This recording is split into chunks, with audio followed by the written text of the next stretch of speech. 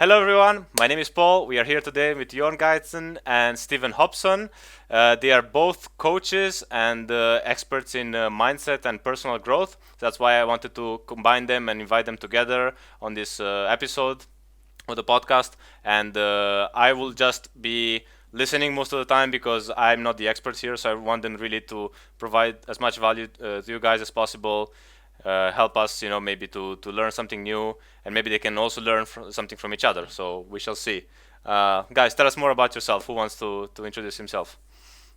Yeah, I'll let Jorn go first. Go for it, Jorn. That's polite. I wanted to say the same, but very polite. I think I beat you to it. Yeah. Very polite. Thank you. Yeah, it's a very unique setting. Of course, usually you do like interviews like one-on-one. So it's a really great idea from Paul to do it like with two experts and in a setting and be the host. A little bit about myself. I am born and raised in the Netherlands. I'm 39. Turning almost 40 next month. Still young. And yeah, still young. New 30s, right? Mm-hmm. And living in the southern part of the Netherlands in Limburg area. That's next to German and living there with our 6-year-old daughter and my girlfriend. And my girlfriend works in healthcare, so that's difficult right now. And it's really respectful, right, in these kind of times. So that's really good thing, and it's also really rewarding for people, right?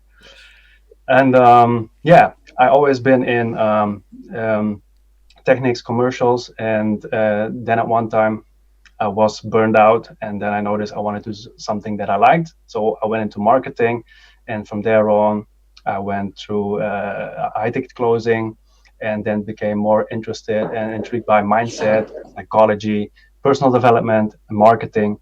So and what I do right now, right? Yes, photography too. That's what I wanted to tell next. Thank you, Paul. I'm a very passionate photographer, and I noticed that many entrepreneurs are stuck with branding, with their profile pictures. Mm-hmm. They don't seem to notice that it's so important. It's your first impression. So I combine actually branding with marketing and mindset for mostly aspiring and starting entrepreneurs, because they're mostly struggling with these type of topics. True. And I do that next to my job because I'm still working right now 4 days a week as a side. So that's about real quick my background. Okay. Good stuff. Okay, great. Yeah, as for me, so I'm Steven. I'm from the UK originally. I'm from Manchester.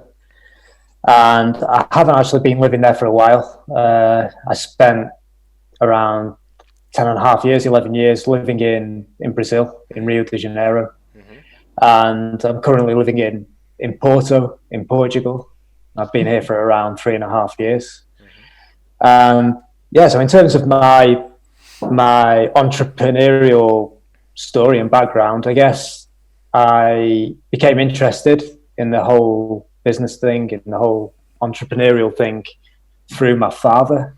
Mm. He is a small business owner, and he owned a couple of news agents and in the UK, and he got me working there quite early on. All right. Like literally from the age of 9, and he kind of gave me an insight into how businesses were run.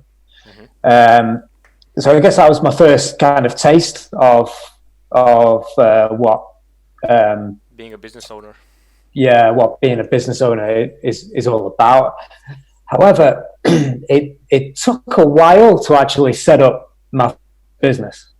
And my first, I had ideas, which didn't come to fruition. Mm-hmm. And I eventually set up my first business it was actually in Brazil, in Rio. Mm-hmm. And at the time, I was actually working as an English teacher there. I'd previously lived in Madrid as well. I worked there as an English teacher as well. Mm-hmm.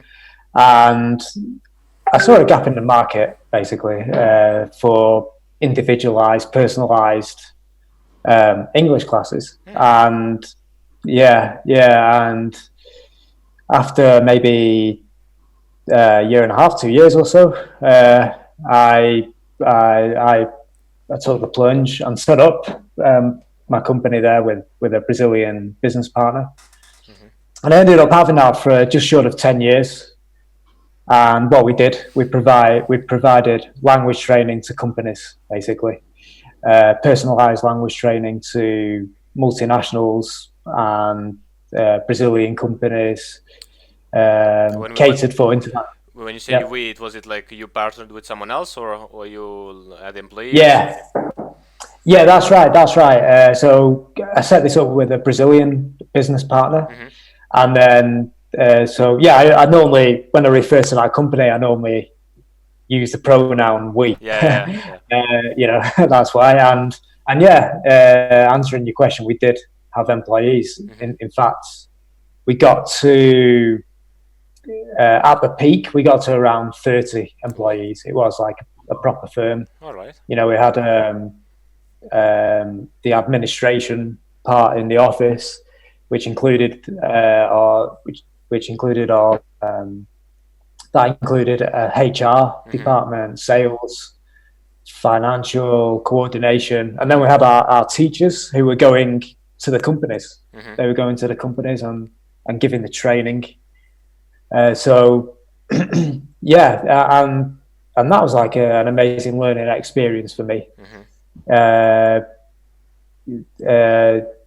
Crazy learning experience. There were lots of highs, lots of lows, and I ended up selling that, and then I set up my own online coaching company for international professionals in a similar area. So this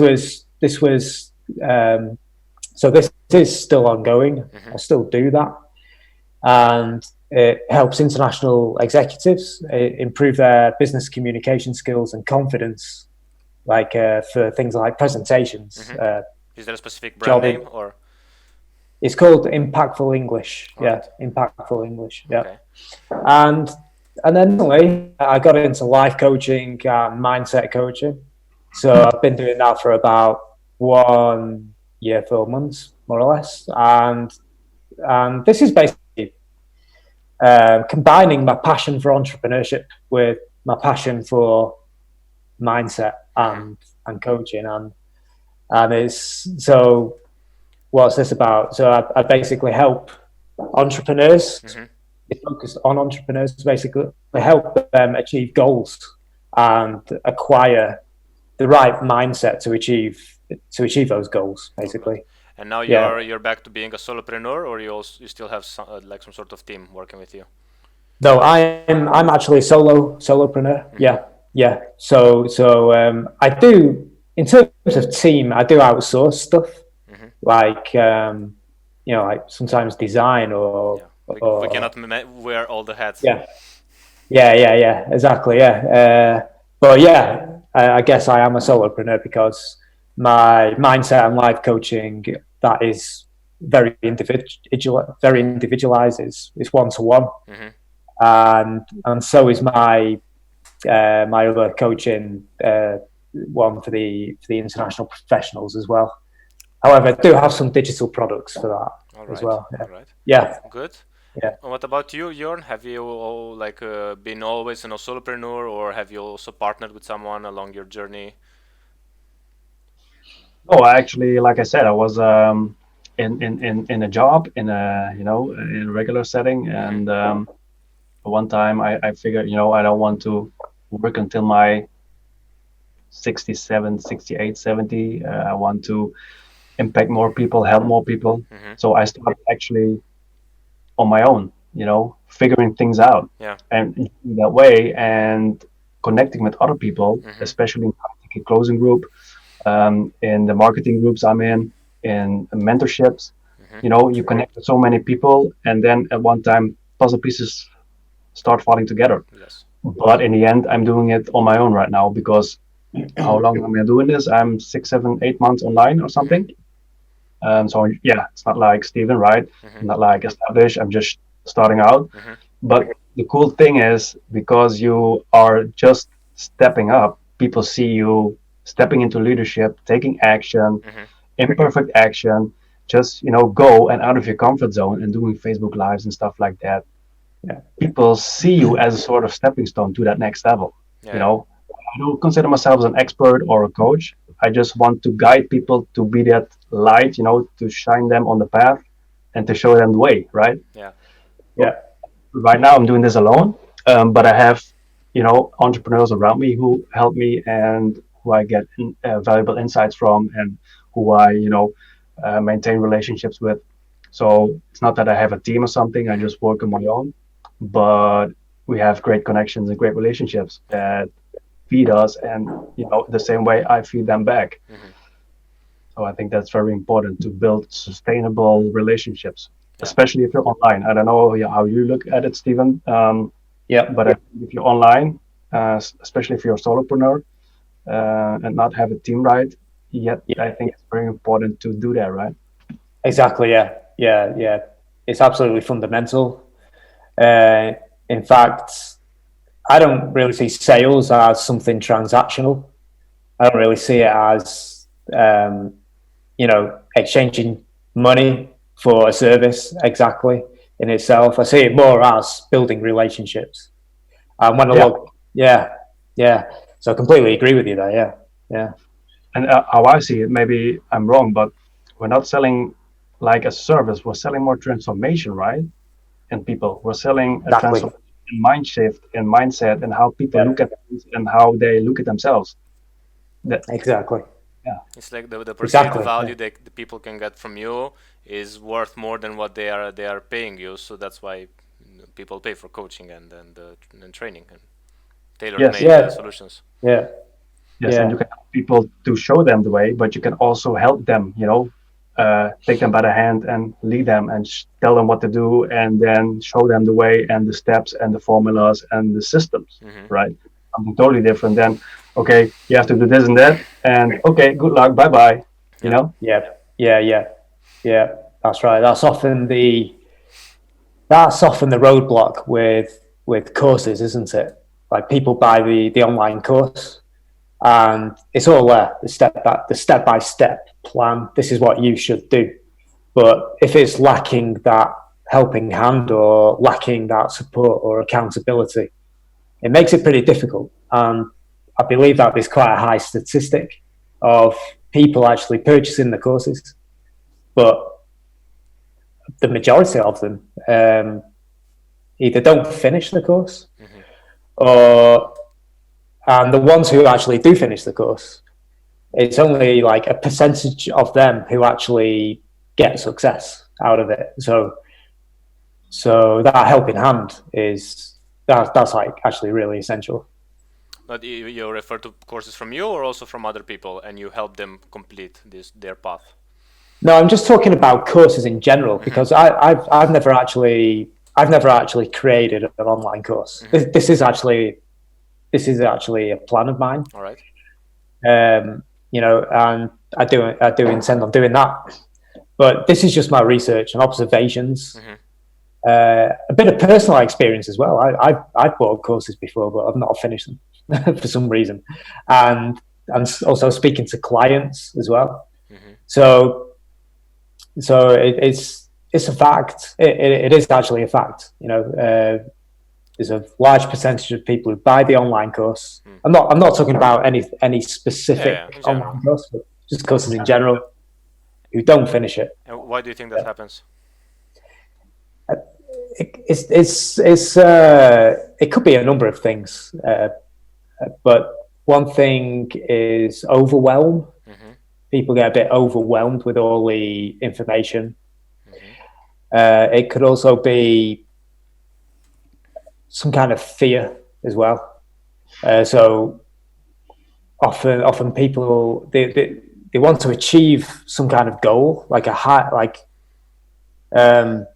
goal which is significantly higher than where they actually are now. But they actually fear reaching that goal. It seems too distant. Right? Yeah, they cannot or they actually, that's it. So this comes down to self-identity and identity and self-image, all right, and fear and limiting beliefs. So often the fear may be fear of failure. So am I going to do all this course, invest all this money, invest all this time, and after doing all that, am I going to fail? So a lot of people are actually scared of actually failing. Mm-hmm. So that kind of blocks them a little bit. That sometimes turns into procrastination. Mm-hmm. And then all of a sudden, they may start well doing the course, and then all of a sudden they stop and they lose momentum. And then all of a sudden, a few months have passed, and that's it. It's collecting dust, so to speak. What do you think about this, Jorn? Yes, I think it's absolutely right, and I think it has to do with something else. Like you may know, I've done high ticket closing certification from Dan Lok. Mm-hmm. It's a pretty expensive one. If you do a course which is expensive, you have the drive to make it a success, because you paid a lot of money for it. You commit. You're not going to lag. You're not going to procrastinate, because you know, it's a lot of money. Mm-hmm. So you invest into something, and because you are investing into something, you have higher accountability. You're more committed because the price point is high. It costs you a lot of money and time and effort. Yeah. So if you buy a course of $99, you think, okay, if it's nothing, it doesn't harm me. If I try things, if I put in time and some effort, and it's only $99, who cares? Then it's gone, and it's not big of a deal. But if the price point is high enough, you expect also a bit more hand-holding, and you also expect a bit more value, but you're also more committed for yourself. That's human behavior, and I think Steven can acknowledge that it is human instincts, because I pay much money for it, so I have to work for it because I want to get everything out of it. And if I only pay $99 or $150 or $200 instead of $2, $3, $4, $5K, that's totally different. So exactly. That's one thing many people fall into, because the price point is low, and you attract low engaging clients too. That's a fact. And as we've seen that with multiple courses, with high ticket closing, we have very, very engaging group, very engaging community. But we also have courses like I done, for example, copywriting course or funnel building. The engagement is more low because the price point is like 5-6 times lower. Mm-hmm. So that's psychology. Plus another thing is, Paul, most people are addicted to their struggles. They want success, they want success, but deep down inside, they know they're going to say, the friends, the family, the spouse is going to say, wow, what are you doing? You're spending so much time in your organization, into your program, into your skills. You're changing. We see you're changing.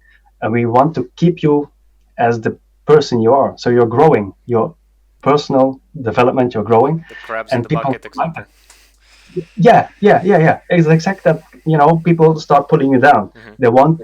They don't want to see you rise, because you get it on a different energy level, on a different skill level. So there is a shift, and they don't want to see that happen. I noticed that too. People don't like change.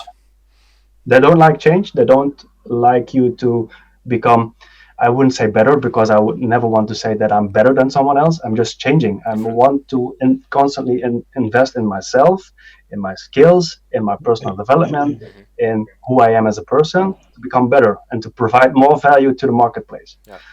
And most people actually think they're going to do that, but they are afraid because they are addicted to their struggles. Yeah. So that's what I noticed. Yeah. To close this one, I would add from an episode I heard from Russell Brunson on the Marketing Secrets podcast. He was saying that he has an inner circle where he charges the clients to attend this training or once a year seminar. I think it was $5,000, if not $10,000. And just as an example, or like to test this out, he invited some friends to attend for free, just to be there in this inner circle with other entrepreneurs who paid him literally $10,000 or $20,000, and none of his friends, none of the people who attended for free ever did anything with what he taught. So all the other people who paid successfully launched companies or businesses and did something with those learnings that he shared. The other people didn't do anything with it because they came for free, so they didn't commit to anything because it's free. Yeah, that's right. And just to expand on that, when you do actually invest in an expensive course or a coaching program, it makes it easier for you to charge those prices. If you haven't actually invested an uncomfortable amount of money in your self-development, it's going to be difficult for you as a coach or as a consultant to charge those high ticket prices as well. Yes, you're right. Because if you don't spend that money yourself, it's very hard to charge that money for your clients because you don't experience what it is to exchange that value for that kind of money. You have to experience that. And it's the same with mentorship or coaching. What you're saying is not that you pay your coach or your mentor, but you invest in yourself through that mentorship.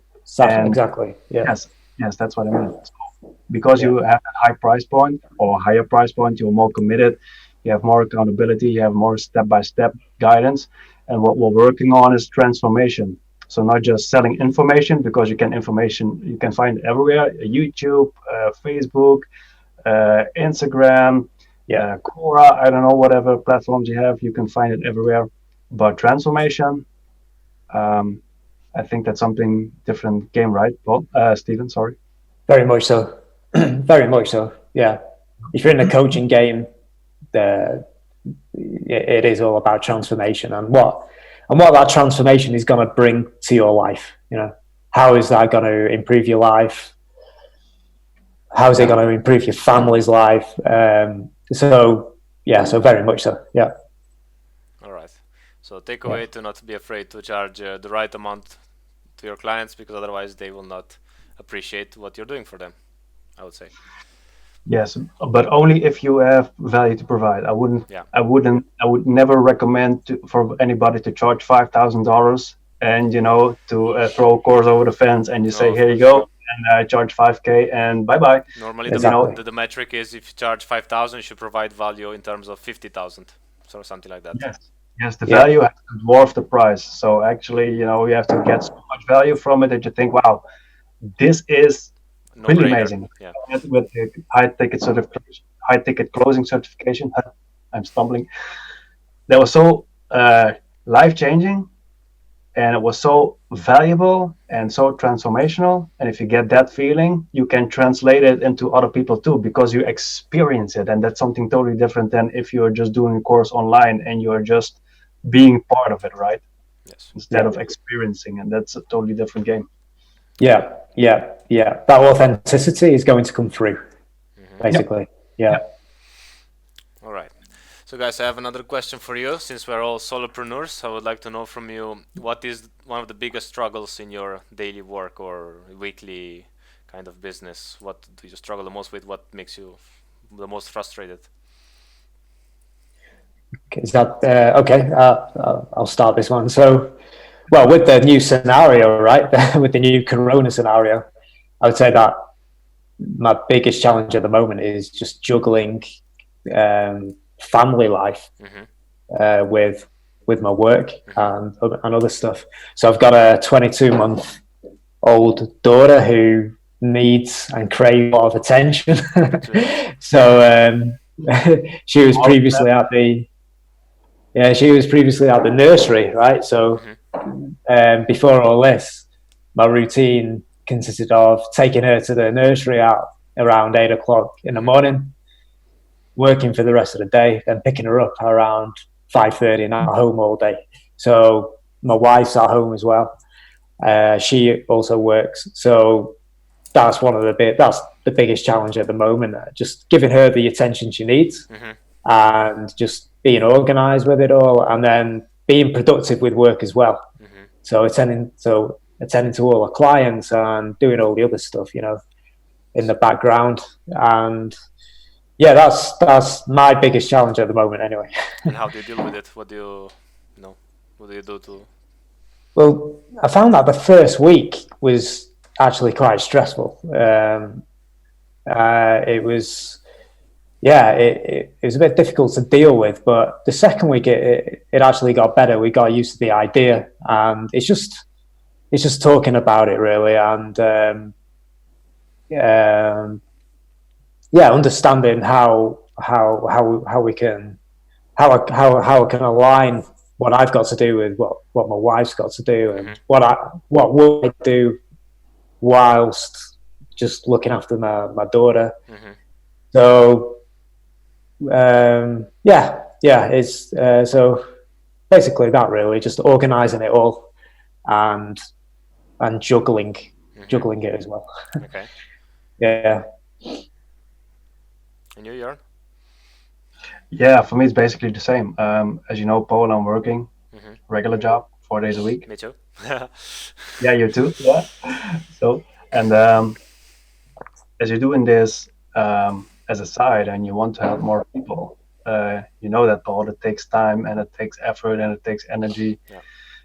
Especially if you have, like Steven said, you have a sibling to take care of. Our daughter is 6, so she goes to school. But right now, due to this whole Pandemic transformation and with the uncertainty right now, she doesn't go to school right now because the schools decided to stay the kids at home. So we have to self-educate our daughter. I'm working. I want to impact more people. My girlfriend works in healthcare in shifts. So the juggling, what Steven is talking about, I have the same, that balance, right? And the first 1 or 2 weeks was very difficult. Now it's the 3rd week we're in to stay work at home, and we now managed to find a quite good balance.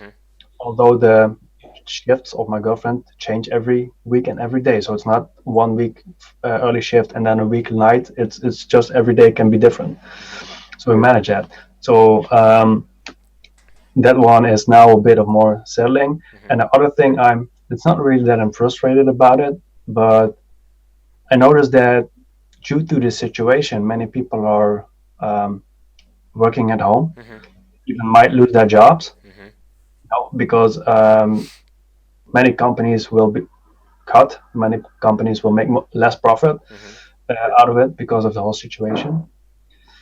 So my challenge would be, how can I reach more people and how can I impact more people and let them see that there are so many opportunities also in online, if they brand themselves well, if they market them well, if they attract enough leads, if they have a proper mindset, if they shift into this paradigm of, I cannot do this, I don't have time. Look at me. Do I have time? I mean, apparently not. Yeah. But I published a book. I've done interviews. I interviewed other people. I'm building funnels. I'm helping people with branding, marketing, mindset. So many people say, I don't have the time. So the frustration, not really the frustration, but the challenge I have right now is, how can I reach more people that are sitting right home and are on the fence, or maybe on 2 or 3 months are, going to be fired. Show them the opportunity to work online, because that's the future, I think. And many people should even it smell a little bit like, what can I do online? What is it different than if I'm doing this like in a local business? Like Steven said, I transitioned into the online space, and now I'm even thinking about doing a course, and that's something other people can do too, right? Even as an affiliate, or even as a network marketer. There are so many opportunities, but I think people have to shift through this process. So I want to help more people. That's the challenge I have. Yeah. I think at this moment, with the current situation, it's like easier to build an email list and attract people, but it's gonna be more difficult to sell because people are clinging tight to their finances and savings in this period. So although the costs of Facebook ads and Google AdWords have like dropped by 50% or like halved, people are afraid to buy. So this moment would be good to buy, to build an email list, in my opinion. But yeah, in a let's say, pandemic situation where it's business as usual, would you say that still like this like family and work is still like the thing you're juggling with the most, like in a normal business as usual scenario? That's also for me personally, because I'm not, in transition into my Yeah. business fully, so I'm working also. I have the challenge with a daughter and the girlfriend who's working in chip. So that's the biggest problem. And for myself, especially right now, I don't want to sell. Yes, people love to buy, but they hate to be sold. I know that, but I want to build relationship. I want to build that credibility. I want to establish trust, and that's why I want to help people. And generally, the impression that I care and that I want, not just to sell them, because yes, I have an email list, I have a small one, but bit by bit, it's getting bigger, and especially with the book, you want to give it to many people. I'm now giving it for free, to have more people to read it, so that more people can, have a different mindset, and that they can, okay, so do I have more opportunities, and there are more things that I can consider, building more income skills, building more income streams than only one from my job or my employer. Yeah. I think the example of the rocks and the sand in the jar is the perfect example for work-life, like family balance, because if you put first the sand, which is like the work, and then try to put the rocks, which are the family, they're not going to fit in. But if you first put the rocks in the jar and then you put the sand, and then that's how you get both done. So I believe time for family should always come first, like block time in your calendar to spend time with your family and then wife and kids, because there's always going to be work to do until we are capable of working. So the moments with our loved ones, we're never going to get back, I believe. So yeah, that's the tricky thing, isn't it? It's making sure that you don't neglect your family during these times, because for sure, previously I had a lot more time to do my work. Now, part of that time is spent looking after my daughter. So I have to decide whether I change my routine a little bit, or change my goals, or find ways of being more productive with my work, or actually work later than normal. And if I do that, like, so if for example I have my dinner and then I work for a couple of hours, I've got to question whether I'm neglecting spending time with my wife, right? So yeah, we have to be careful with that. It's a valid point that you made. Yeah. Yes. Okay. Well, it's not. Nobody said it's gonna be easy, but being an entrepreneur is all about solving problems. I believe that's the biggest task we do every day in our life. So we are made to figure things out in the end. So, all right. I have one last interesting question. What advice would you give to your younger self at the beginning of this journey, or when you started to consider being your own boss or having your own activity? What's the one thing you would tell yourself, and if you could go back in time?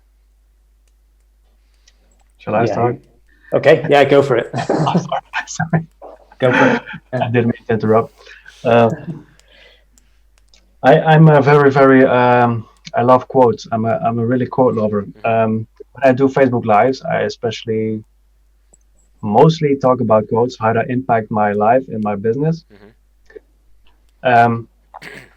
Difficult thing is I don't have one, that's standing out. That's like, wow, this is the epiphany, and that changed my whole way of thinking. What I found really important is a quote of Jim Rohn. Formal education makes you a living. Self-education makes you a fortune. That doesn't mean a fortune only in money, but also in like personal development, and what you learn and how you grow. because I think if I could give this advice to myself, like I've done, I have 2 bachelor degrees. I have a German bachelor degree, a Dutch bachelor degree. Wow. Um, I'm not, I don't find myself a smart guy, but apparently I was able to achieve 2 bachelor degrees. But I always went for the top. I wanted to, um, how do you say it? I wanted to make effort. I wanted to show people that I was capable, because I always found myself too little or too slow or not capable enough. So I wanted to always prove myself. But the thing you don't learn in school is how you build relationships, how you should think about money, how you should, run a business, how you handle people, stuff like that. All those things you don't learn at school. And if you are in communities, if you are doing programs, if you're hiring mentors, they teach you how to engage with people, how to build relationships, have multiple streams of income, not only have a source of only a job or a paycheck, or get paid by, The hour. say it, not by hour, or trade your money for dollars or euros. Yeah. But that you have a system or more things in place that can provide you with multiple streams of income. So I really like Robert Kiyosaki. He talks about, fake teachers, fake assets, fake money. If I could give my advice to myself like 20 years ago, I would, learn the online stuff, learn how money works, learn to educate myself, learn more about personal development, and about connecting with people and to build a business online. Build some assets. Yeah. Yeah. I have more profound quotes, but this is the one that stood out for me, that I think, this is also applicable for many, many millennials. And it's just not taught in school. It's just the foundation isn't right. They teach you something totally different, right? Mathematics and science, but not everything is based on science. Also, humans will also resonate with specific people, yes or no, energy, but it's not taught in school. It's so it's like this instead of. Sure. So that's what I should advise, or would advise to my younger self. Okay. Yeah. Next to many other things, but yeah. There are a lot of things. It's you can go over that, but it is a tough question to answer. But first of all, Jim Rohn and Robert Kiyosaki, those two are also big influences in my life. I actually did a Rich Dad coaching course. Okay. Yeah, it was amazing, and it just opened my eyes. Love Robert Kiyosaki and his whole mindset on what wealth is, and how he teaches you to invest in assets which produce some kind of passive income or cash flow. That's one thing I wish I knew. I really wish I came across that when I was like 15, 16 years old. But it didn't. So yeah, and Jim Rohn, the other one, amazing. He's like one of the all-time greats when it comes to self-help and motivation and mindset. And a disciple of his is actually Tony Robbins. Yeah. Right. So it just shows how amazing Jim Rohn is. And but apart from that, I would encourage, especially the younger entrepreneurs, to enjoy the journey. I see that a lot of like the millennial, the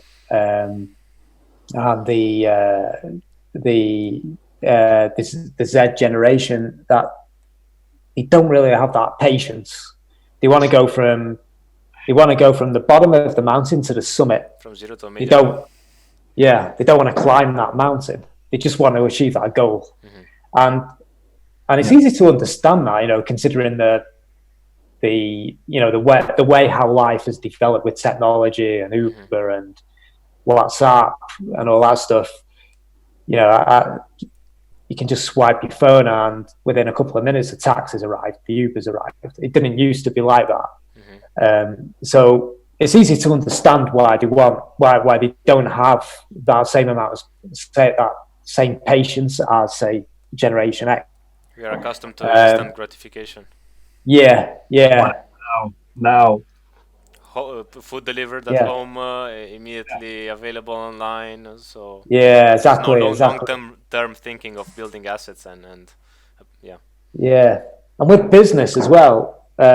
With business, it is like a massive journey. There are, like, thinking back to when I set up my first one, that language training company. There were so many learning experiences, so many obstacles, so many challenges. There were many times when I felt like giving up. You know, there were many times when I was really tested. My character was really tested, but I had to really connect with my purpose at that point. You know, really connect with my why to get me through that. And so that's another thing I would suggest for up and coming entrepreneurs, is to really connect with the purpose. Why do they want to set up a business? Why do they want that? What is that going to bring to their life? And just connect with those values as well. And does that business, does that goal, does that vision, does it match with those values? And just really connecting with that purpose, because you're going to need it. You're going to need it to overcome those obstacles in the journey. Your why should make you cry, I heard. Yeah. Yeah. So that's the first thing, and just enjoying that journey, embracing that journey. It's just going to build your character. And when we think about wisdom is a combination of experience with knowledge, isn't it? And if you just go from A to B and you get a helicopter to the summit of the mountain, think about all those golden nuggets you're going to miss out on. All that character building, all that opportunity to exercise persistence. So that would be one thing. And another thing I would encourage, this is something which I didn't really do at the beginning of my journey, is to nurture your mindset. And what I mean by that, so I think the new generation is actually quite in tune to this, due to different ways of teaching.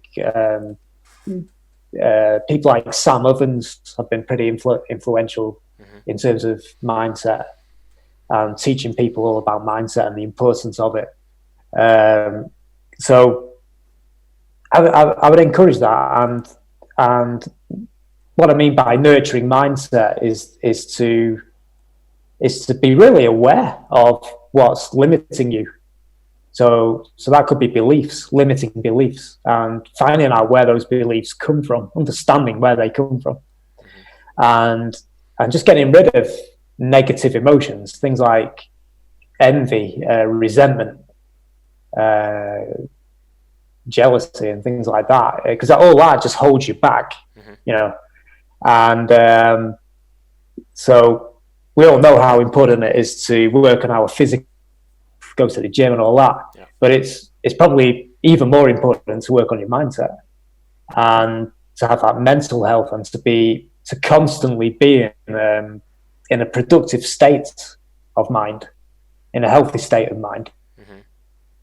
A lot of the challenges that I came across and that I see some of my clients facing, and other people, some of the ones which Jorn mentioned, like procrastination. That procrastination is often linked to a fear, which is linked to a limiting belief, which is linked to a negative self-image. And in order to overcome that, we've got to go back. We've got to go back and understand where it came from, because it's something that has been programmed from early on, probably in a lot of cases. And and just to embellish that point, it's perfectly possible to reprogram your mind, reprogram your beliefs, reprogram your self-image to that image which you need to acquire in order to reach your long-term goals. Yeah. Amazing. Thank you guys for this. Yeah. And I have a proverb for you, Jorn, since you like them. Chinese man said the best time to plant a tree was 20 years ago, and the second best time is now. Yes, now. Yeah. Or this one is a Japanese proverb. The bamboo that bends is stronger than the oak that resists. You have to sometimes, go with the flow. You have to take the momentum. You have to deal with the circumstances, and you have to adapt. I'm a real fan of Bruce Lee, by the way. He has real great assertions, also which you can apply into daily business and into, your life. I wouldn't go into that too deep, but it's really interesting things what they taught about martial arts into business, what you can apply. Yeah. Cool. Guys, I would like to ask you, where can people find more about you and get in touch with you if they want to, get some coaching or collaborate? So share us, where should people go? Okay. With me, it's just simply go to my Facebook page or LinkedIn page, follow me, connect with me, ask me a question. It's pretty much that, really. All right. Yeah. So Steven Hobson, Facebook and LinkedIn for you guys. Okay. Yep. For me, same. Facebook, Jorn Gijzen, or in my group. They can find me on LinkedIn, Jorn Gijzen too, Instagram, Jorn Gijzen, or they can find out more in my website, www.jorngijzen.com. All right.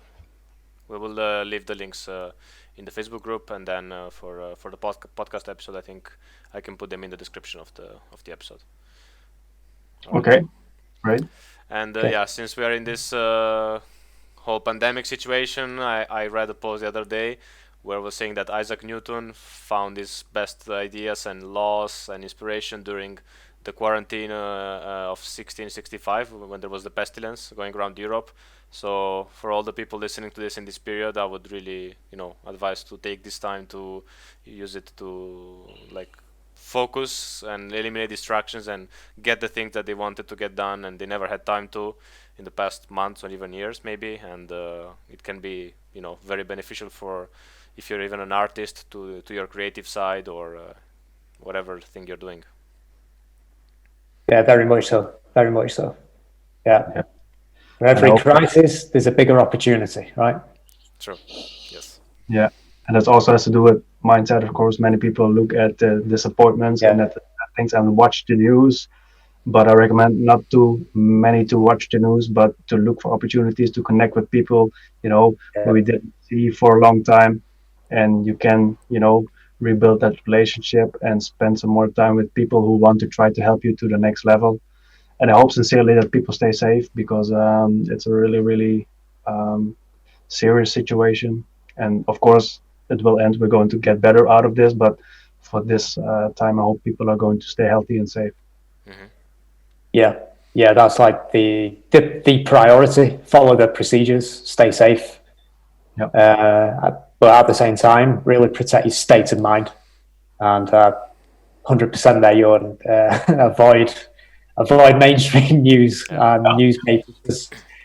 It's just full of fear, and the more you read that, the more fearful you're going to feel, and the more kind of paralytic you're going to be because of it. So what's been helping me personally is just following positive entrepreneurs and people who are really tuning into the possible opportunities and like you mentioned there, building relationships. I think that's a really important one, especially for entrepreneurs, because this, I really believe, is going to pass. We're going to reach a solution. The world has been tackling pandemics for years, and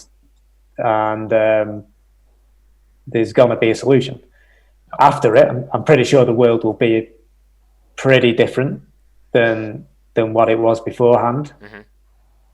But like all crises, there's going to be huge opportunities that follow it. Yeah, agree. All right, then we can wrap this episode. Thank you guys for your time and availability.